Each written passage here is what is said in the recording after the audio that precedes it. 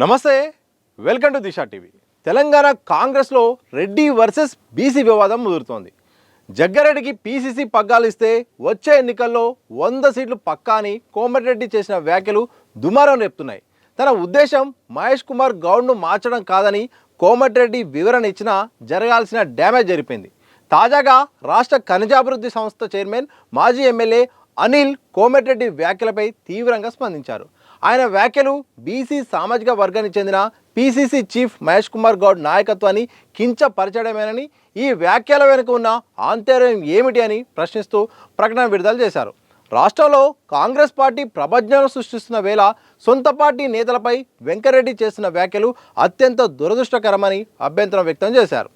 ఇక సమర్థవంతంగా పనిచేస్తున్న ఒక బీసీ నేతను పక్కన పెట్టి మరొకరికి పదవి ఇవ్వాలని డిమాండ్ చేయడం ద్వారా మీరు పార్టీలో చీలికలు తేవాలని చూస్తున్నారా అంటూ ప్రశ్నించారు.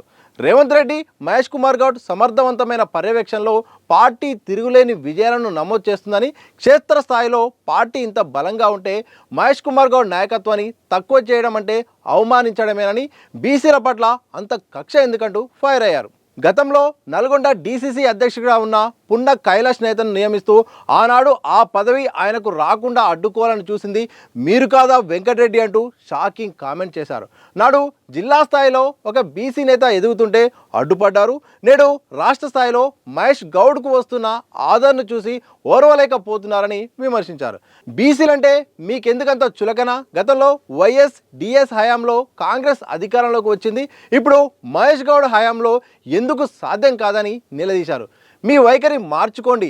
రేవంత్ రెడ్డి నాయకత్వంలో ప్రభుత్వం అద్భుతంగా పనిచేస్తుంది. పార్టీలో గందరగోళం సృష్టించేలా, బీసీ నాయకులను కించపరిచేలా మాట్లాడడం మానుకోవాలంటూ వెంకటరెడ్డికి అనిల్ హితవు పలికారు.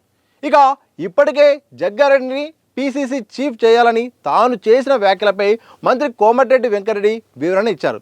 పీసీసీ చీఫ్ మహేష్ కుమార్ గౌడ్పై తాను ఎలాంటి వ్యతిరేక వ్యాఖ్యలు చేయలేదని, కొందరు ఉద్దేశపూర్వకంగానే తన మాటలను వక్రీకరించి తప్పుడు ప్రచారం చేస్తున్నారని చెప్పారు.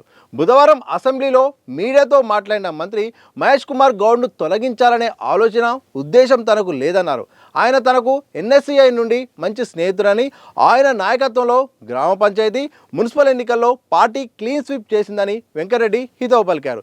ఇక సంగారెడ్డిలో జరిగిన రంజాన్ వేడుకల్లో జగ్గారెడ్డి ఆర్గనైజేషన్ స్కిల్స్ చూసి ముగ్ధుడయ్యారని, ఆ సందర్భంలోనే భవిష్యత్తులో జగ్గారెడ్డి పీసీసీ అధ్యక్షుడైతే బాగుంటుందని ఆయనకు ఒక ప్రశంసగానే అన్నట్టు మంత్రి వివరించారు.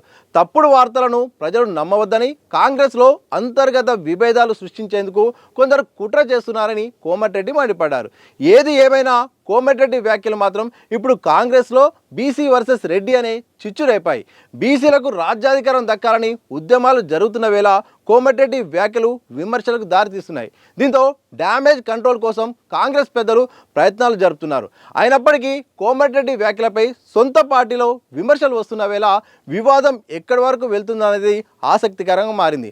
ఇలా మొత్తానికైతే మాత్రం తాజాగా చేసిన వ్యాఖ్యల నేపథ్యంలో మాత్రం మంత్రి కోమటిరెడ్డి వెంకటరెడ్డిపై అయితే మాత్రం బీసీ సంఘాలు కూడా పెద్ద ఎత్తున కూడా విమర్శలు చేస్తున్నాయి. తాజాగా ఇక జాజుల శ్రీనివాస్ గౌడ్ కూడా ప్రత్యేకంగా ప్రెస్ మీట్ నిర్వహించి కూడా బీసీలు అంటే ఎంత చిన్నచూపు ఎందుకు ఇంత అక్కస్ ఎందుకు, ఇది రెడ్డిలకు అహంకారం తీరుగానే కనిపిస్తుంది, ఏదైనా కాంగ్రెస్ పార్టీ ఏమన్నా రెడ్డిల పార్టీ అంటూ కూడా ఆయన విమర్శలు చేశారు. క్షమాపణ చెప్పకపోతే మాత్రం 2 లక్షల మందితో నల్గొండలో భారీ బహిరంగ సభ నిర్వహిస్తానని కూడా విమర్శలు చేశారు. ఇలా మొత్తానికి కోమటిరెడ్డి వెంకటరెడ్డి చిట్ చాట్లో భాగంగా చేసిన వ్యాఖ్యలు అయితే మాత్రం సొంత పార్టీలో బయట కూడా విమర్శలకు దారితీస్తాయి. దీనికి వివరణ ఇచ్చే ప్రయత్నం అయితే చేశారు.